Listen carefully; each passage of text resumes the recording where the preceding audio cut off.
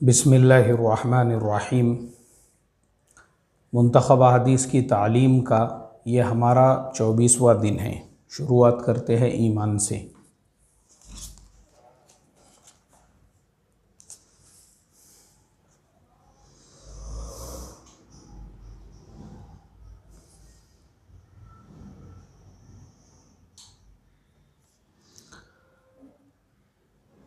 हज़रत अब्दुल्ला इब्न अब्बास रज़ी अल्लाहु अन्हुमा रिवायत करते हैं, रसूलुल्लाह सल्लल्लाहु अलैहि वसल्लम ने हज़रत अबू ज़र से इरशाद फरमाया, बतलाओ ईमान की कौन सी कड़ी ज़्यादा मज़बूत है। हज़रत अबू ज़र ने अर्ज़ किया, अल्लाह और उसके रसूल को ज़्यादा इल्म है, लिहाजा आप ही इरशाद फरमाएँ। अल्लाह के नबी सल्लल्लाहु अलैहि वसल्लम ने इरशाद फरमाया, अल्लाह ताला के लिए बाहमी ताल्लुक़ व ताउन हो और अल्लाह ही के लिए किसी से मोहब्बत हो और अल्लाह ही के लिए किसी से बुग़्ज़ और अदावत हो। हज़रत अब्दुल्ला इब्न अब्बास रज़ी अल्लाहु अन्हुमा रिवायत करते हैं, रसूलुल्लाह सल्लल्लाहु अलैहि वसल्लम ने हज़रत अबू ज़र से इरशाद फरमाया, बतलाओ ईमान की कौन सी कड़ी ज़्यादा मज़बूत है। हज़रत अबू ज़र ने अर्ज़ किया, अल्लाह और उसके रसूल को ज़्यादा इल्म है, लिहाजा आप ही इरशाद फरमाएँ। आपने फरमाया, अल्लाह ही के लिए बाहमी ताल्लुक़ और ताउन हो, अल्लाह ही के लिए किसी से मोहब्बत हो और अल्लाह ही के लिए किसी से बुग़्ज़ और अदावत हो। ये बात हम लोग जो है कल इसकी तशरीह बयान कर चुके हैं। इसी हदीस की फ़ज़ाइल नमाज में से पढ़ रहे हैं। हज़रत अबू हुरैरा रज़ी अल्लाहु ताला अन्हु से रिवायत है, रसूलुल्लाह सल्लल्लाहु अलैहि वसल्लम की खिदमत में एक मरतबा फ़ुक़ाराए मुहाजिरीन हाज़िर हुए। अर्ज़ किया, मालदार, बुलंद दर्जे और हमेशा रहने वाली नेमतें ले गए। आपने पूछा, वो कैसे? उन्होंने अर्ज़ किया, जैसे हम नमाज़ पढ़ते हैं वो नमाज़ पढ़ते हैं, जैसे हम रोज़ा रखते हैं वो रोज़ा रखते हैं, लेकिन वो सदक़ा देते हैं हम नहीं दे सकते, और वो ग़ुलाम आज़ाद करते हैं हम नहीं कर सकते। रसूलुल्लाह सल्लल्लाहु अलैहि वसल्लम ने इरशाद फरमाया, क्या मैं तुम्हें ऐसी चीज़ न सिखा दूँ जिसकी वजह से तुम अपने से आगे बढ़ने वालों के दर्जे हासिल कर लो, अपने से कम दर्जे वालों से आगे बढ़े रहो, और कोई तुमसे उस वक्त तक अफजल ना हो जब तक कि यह अमल न कर ले। उन्होंने अर्ज़ किया, या रसूल अल्लाह, ज़रूर बतला दीजिए। आपने इरशाद फरमाया, हर नमाज के बाद सुबहान अल्लाह, अल्हम्दुलिल्लाह, अल्लाहु अकबर 33 मरतबा पढ़ लिया करे। चुनांचे उन्होंने इस पर अमल शुरू कर दिया, लेकिन मालदारों को भी रसूलुल्लाह सल्लल्लाहु अलैहि वसल्लम का ये फरमान पहुँच गया तो वो भी उस पर अमल करने लगे। फ़ुक़राए मुहाजिरीन ने दोबारा हाज़िर होकर अर्ज़ किया कि हमारे मालदार भाइयों ने भी ये सुन लिया और वो भी यही करने लगे। नबी करीम सल्लल्लाहु अलैहि वसल्लम ने इरशाद फरमाया, ये तो अल्लाह का फ़ज़ल है, जिसे चाहे अता फरमा देते हैं।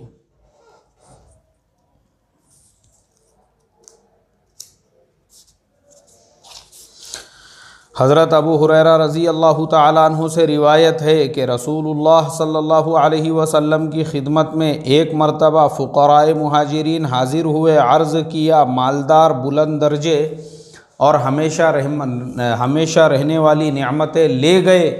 आपने पूछा, वो कैसे? उन्होंने अर्ज़ किया, जैसे हम नमाज़ पढ़ते हैं वो नमाज़ पढ़ते हैं, जैसे हम रोज़ा रखते हैं वो रोज़ा रखते हैं, लेकिन वो सदक़ा देते हैं हम नहीं दे सकते, वो ग़ुलाम आज़ाद करते हैं हम नहीं कर सकते। रसूलुल्लाह सल्लल्लाहु अलैहि वसल्लम ने इरशाद फरमाया, क्या मैं तुम्हें ऐसी चीज़ न सिखा दूँ जिसकी वजह से तुम आगे से अपने से आगे बढ़ने वालों के दर्जों को हासिल कर लो, अपने से कम दर्जे वालों से आगे बढ़े रहो, कोई तुमसे उस वक्त तक अफजल ना हो जब तक कि ये अमल न कर ले। उन्होंने अर्ज़ किया, या रसूल अल्लाह, ज़रूर बतला दीजिए। आप सल्लल्लाहु अलैहि वसल्लम ने इरशाद फरमाया, हर नमाज के बाद सुबहान अल्लाह, अल्हम्दुलिल्लाह, अल्लाहु अकबर 33 मरतबा पढ़ लिया करो। चुनांचे उन्होंने इस पर अमल शुरू कर दिया। लेकिन मालदारों को भी रसूलुल्लाह सल्लल्लाहु अलैहि वसल्लम का ये फरमान पहुँच गया, वो भी उस पर अमल करने लगे। फ़ुक़राए मुहाजिरीन ने दोबारा हाज़िर होकर अर्ज़ किया, हमारे मालदार भाइयों ने भी ये सुन लिया, वो भी यही करने लगे। नबी करीम सल्लल्लाहु अलैहि वसल्लम ने इरशाद फरमाया, ये तो अल्लाह का फ़ज़ल है, जिसे चाहे अता फ़रमा देते हैं। मोहतरम दोस्तों, इस हदीस का मतलब ये है कि जो आमाल है, जो आदमी जितना ज़्यादा करेगा, अगर गरीब के पास माल नहीं है नफली इबादतों के लिए, और वो गरीब जो है अगर इबादतें जैसे ज़िक्र है, कुरान पाक की तिलावत है, दीगर आमाल में लगा है, अब मालदार भी अगर वो आमाल में भी आगे बढ़ जाए तो कर सकता है। हर एक के लिए मैदान खुला हुआ है, जिसको जितने नेक आमाल करना है वो कर सकता है। वो तो अल्लाह का फ़ज़ल है, जिसको जितना चाहे अता फ़रमा दे। इल्म और ज़िक्र में से पढ़ा जा रहा है।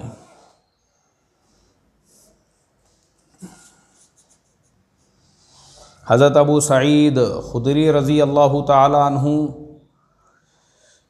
हज़रत अबू ज़र रज़ी अल्लाह ताला अन्हु फरमाते हैं, नबी करीम सल्लल्लाहु अलैहि वसल्लम ने मुझसे इरशाद फरमाया, अबू ज़र, अगर तुम सुबह जाकर एक आयत कलामुल्लाह शरीफ की सीख लो तो नवाफिल की 100 रकात से अफजल है, और अगर एक बाब इल्म का सीख लो, खा उस वक्त का अमल हो या ना हो, मसलन तयम्मुम के मसाइल, तो 1000 रकात नवाफिल पढ़ने से बेहतर है। हज़रत अबू ज़र फरमाते हैं, नबी करीम सल्लल्लाहु अलैहि वसल्लम ने मुझसे इरशाद फरमाया, अबू ज़र, अगर तुम जाकर एक आयत कलामुल्लाह शरीफ की सीख लो तो नवाफिल की 100 रकात से अफजल है। ये बात हमारे ख़ास तौर पे उन साथियों को समझना चाहिए जो इशराक़, चाश्त, अवाबीन, नवाफिल का बहुत एहतमाम करते हैं, लेकिन कुरान करीम को तजवीज़ से सीखना उसको जो है काम नहीं समझते हैं। उनको लगता है इसकी क्या ज़रूरत है, नवाफिल पढ़ना ये बुज़ुर्गी है। ये बुज़ुर्गी नहीं है, बुज़ुर्गी ये है कि अपने कुरान को सही करो, भले वो एक आयत हो। एक आयत का सीखना 100 रकात से ज़्यादा अफजल बताया। और अगर एक बाब इल्म का सीख लो, चाहे उस वक्त का अमल हो या ना हो, तो 1000 रकात नवाफिल पढ़ने से बेहतर है। अब ये चीज़ हमारे शेयर मार्केट के जो मसले मसाइल है उस पर 100% सादिक आती है। बहुत सारे लोग जो पहले पूरे पाबंदी एहतमाम से हमारे असबाक सुनते थे, बयानात सुनते थे, अभी भी सुनते हैं, कुछ लोगों ने मुझसे खुद ये कहा, बोले मौलाना आपके पास में आजकल शेयर मार्केट के, बिज़नेस के, उसके ही मसाइल ज़्यादा आते हैं और आप उसका जवाब देते हैं। अरे मेरे भाई, आज उम्मत की एक बहुत बड़ी तादाद वो उस कारोबार में लगी है। अब अगर हम उस कारोबार के मसाइल उम्मत को नहीं बताएंगे, उम्मत गुमराह होंगी, हराम कारोबार करेंगी, हराम तिजारत करेंगी, हराम की कमाई कमाएगी, तो वो तो अमल में है। तो शेयर ट्रेडिंग का भी एक मसला बता देना, 1000 रकात नफल पढ़ने से ज़्यादा अफजल है। मैं नहीं बोल रहा हूँ, ये हदीस हमारे सामने खुली हुई है। तो प्रॉब्लम हमारा ये है कि हमारे आज के ज़माने के मुसलमान ने सिर्फ इबादतों वाले इस्लाम को इस्लाम समझा। जैसे वो पुराने ज़माने में फ़िरक़े होते थे। अल्लामा अब्दुर्रहमान इब्न जौज़ी रहमतुल्लाह अलैह ने उनकी एक किताब में जो है तलबीस इबलीस में 72 फ़िरक़ों का तस्करा किया। तो उनके ज़माने में भी ऐसे फ़िरक़े होते थे जो एकदम यानी वो ये समझते थे बस इबादतों पे फोकस देना है, उसके अलावा दूसरा कोई नहीं।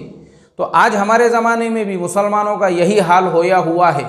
मुसलमानों ने लंबी लंबी नवाफिल को तो दीन समझा, मुसलमान ने कपड़ों पे फोकस देने को तो दीन समझा, लेकिन मुआमलात वाला जो इस्लाम है वो हमारी ज़िंदगियों से निकल चुका है। क्या ये इस्लाम नहीं है?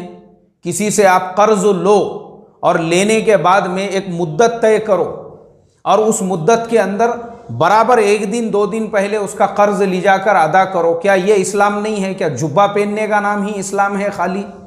क्या इबादतों वाले इस्लाम पे अमल, नवाफिल लंबी लंबी पढ़ने का, मुराक़िबों में बैठने का, खानकाहों में जाके जो है 3-3 4-4 घंटे जो है वहाँ ये समझने का कि बस अब जो है हज़रत की ये असल दीन यही है, बाकी वो दीन नहीं है। और मैं आपको बताता हूँ मेरा अपना पर्सनल मुआमला, ऐसे जितने भी लोग हैं जिनके नाम पे दीनदारी के लेबल लगे हुए हैं, मैंने पैसों के लेन देन में उनको जितना खराब पाया उतना पैंट शर्ट पहनने वालों को जो दुनियादार समझे जाते हैं उनको भी नहीं पाया, क्योंकि इन्होंने दीन उसी को समझा हुआ है। पीर साहब ने बोले 1 घंटे का मुराकबा, तो ये 12 घंटे के मुराकबे में बढ़ गया। इसको दीन समझा इसने, और पैसे लिया उधार टाइम पे देना, क्यों ये दीन नहीं है? किसी के घर में किराए से रह रहे, बराबर उसका वक्त पे किराया अदा करना, ये दीन नहीं है। अल्लाह हिफाजत फरमाए। विरासत के मसाइल के अंदर घर में अगर किसी का इंतकाल हो जाता है, उसके बाद सब में बराबर से मीरास जो है वो तकसीम कर देना, ये दीन नहीं है। लेन देन के का जो इस्लाम है, आपस में ताल्लुका मुआमलात का जो इस्लाम है, इसको हमने दीन समझा ही नहीं है। हम इसको दीन ही नहीं समझते। इसीलिए कुछ लोगों ने मुझसे कहा कि शेयर मार्केट के मसाइल, बिजनेस के मसाइल, कारोबार के मसाइल, तिजारत के मसाइल, उनको लगता है जो हम बयान कर रहे हैं वो दीन नहीं है। अगर हम ये बयान करें कि एक आदमी मोटरसाइकिल पे जा रहा था और पानी का एक छोटा सा धब्बा उसके पैजामे पे लग गया, अब वो पैजामे पे नमाज होंगी या नहीं होंगी, ये ऐसे बारीक बारीक लोग इसको तकवा समझते हैं, लेकिन बराबर टाइम पे पैसे लेने और देने को उसको तकवा नहीं समझते। अल्लाह हिफाजत फरमाए। ये अकल का अंधापन है, ये और कुछ भी नहीं है। अल्लाह हिफाजत फरमाए।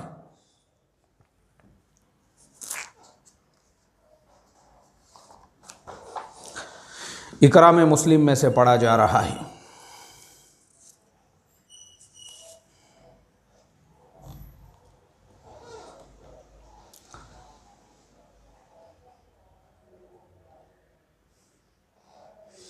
हज़रत अबू हुरैरा रज़ी अल्लाह ताला अन्हु रिवायत करते हैं, रसूलुल्लाह सल्लल्लाहु अलैहि वसल्लम ने इरशाद फरमाया, अल्लाह के बाज़ ईमान वाले बंदे और ईमान वाली बंदियों पर अल्लाह ताला की तरफ से मुसीबतें और हवादिस आते रहते हैं, कभी उसकी जान पर, कभी उसकी औलाद पर, कभी उसके माल पर। उसके नतीजे में उसके गुनाह झड़ते रहते हैं, यहाँ तक कि वो मरने के बाद अल्लाह से इस हाल में मुलाकात करता है कि उसका एक गुनाह भी बाकी नहीं रहता। हज़रत अबू हुरैरा रज़ी अल्लाह ताला अन्हु रिवायत करते हैं, रसूलुल्लाह सल्लल्लाहु अलैहि वसल्लम ने इरशाद फरमाया, अल्लाह के बाज़ ईमान वाले बंदे और ईमान वाली बंदियों पर अल्लाह की तरफ से मसाइब और हवादिस आते रहते हैं, कभी उसकी जान पर, कभी उसकी औलाद पर, कभी उसके माल पर। उसके नतीजे में उसके गुनाह झड़ते रहते हैं, यहाँ तक कि वो मरने के बाद अल्लाह से इस हाल में मुलाकात करता है कि एक गुनाह भी बाकी नहीं रहता। मतलब ये है कि जो हालात आते हैं ईमान वालों पर, वो आते ही इसलिए है ताकि अल्लाह ताला उनको गुनाहों से पाक साफ़ कर सके, और गैरों पर जो हालात आते हैं बेईमानों पर, वो उनके लिए मोहलत होते हैं और फिर एकदम से अजाब उनके ऊपर आता है। ये फ़र्क समझना चाहिए। इखलास नीयत में से पढ़ा जा रहा है।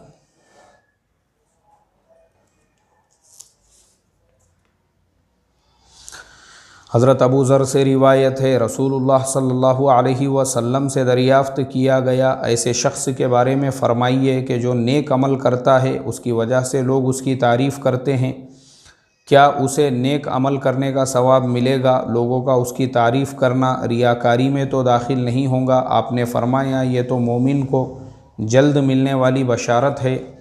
हज़रत अबू ज़र से रिवायत है, रसूलुल्लाह सल्लल्लाहु अलैहि वसल्लम से दरियाफ़्त किया गया, ऐसे शख्स के बारे में फ़रमाइए जो नेक अमल करता है उसकी वजह से लोग उसकी तारीफ़ करते हैं, क्या उसे नेक अमल करने का सवाब मिलेगा? लोगों का उसकी तारीफ़ करना रियाकारी में तो दाखिल नहीं होगा। आपने इरशाद फरमाया, ये तो मोमिन को जल्द मिलने वाली बशारत है। यानी एक इंसान नहीं चाहता कि लोग उसकी तारीफ़ करें, लेकिन फिर भी अगर लोग कर रहे हैं तो ये कबूलियत की निशानी है अल्लाह के नज़दीक। दावत व तबलीग में से पढ़ा जा रहा है। हज़रत अबू बकरा रज़ी अल्लाह ताला अन्हु से रिवायत है, देखो ये हज़रत अबू बकरा है, हज़रत अबू बकर नहीं है। इनसे कई रिवायतें हैं मेरे है जहन में। तो हज़रत अबू बकरा से रिवायत है कि रसूलुल्लाह सल्लल्लाहु अलैहि वसल्लम ने अपने आखिर खुतबे के मौके पर इरशाद फरमाया, क्या मैंने तुम्हें अल्लाह के अहकाम नहीं पहुँचाए? सहाबा ने अर्ज़ किया, जी हाँ आपने पहुँचा दिए। आपने इरशाद फरमाया, ऐ अल्लाह आप इन लोगों के इकरार पर गवाह हो जाए। फिर आपने इरशाद फरमाया, जो लोग यहाँ मौजूद है वो उन लोगों तक पहुँचा दे जो यहाँ मौजूद नहीं हैं, इसलिए कि बसा औक़ात दीन की बातें जिसको पहुँचाई जाए वो पहुँचाने वाले से ज़्यादा याद रखने वाला होता है। हज़रत अबू बकर रज़ी अल्लाह तआला अन्हु से रिवायत है, रसूलुल्लाह सल्लल्लाहु अलैहि वसल्लम ने हिज्जतुल वदा के मौके पर खुतबे के अखीर में इरशाद फरमाया, क्या मैंने तुम्हें अल्लाह के अहकाम नहीं पहुँचा दिए? सहाबा फरमाते हैं, हमने अर्ज़ किया, जी हाँ आपने पहुँचा दिए। आपने इरशाद फरमाया, ऐ अल्लाह आप इन लोगों के इकरार पर गवाह हो जाए। फिर आपने इरशाद फरमाया, जो लोग यहाँ मौजूद है वो उन लोगों तक पहुँचा दे जो यहाँ मौजूद नहीं, इसलिए कि बसा औक़ात दीन की बातें जिसको पहुँचाई जाए वो पहुँचाने वाले से ज़्यादा याद रखने वाला होता है। मतलब यह है कि दीन की बातों को अल्लाह के नबी ने जो मौजूद थे दूसरों तक पहुँचाने का हुक्म दिया, लाया ना इन्हीं बातों से परहेज़।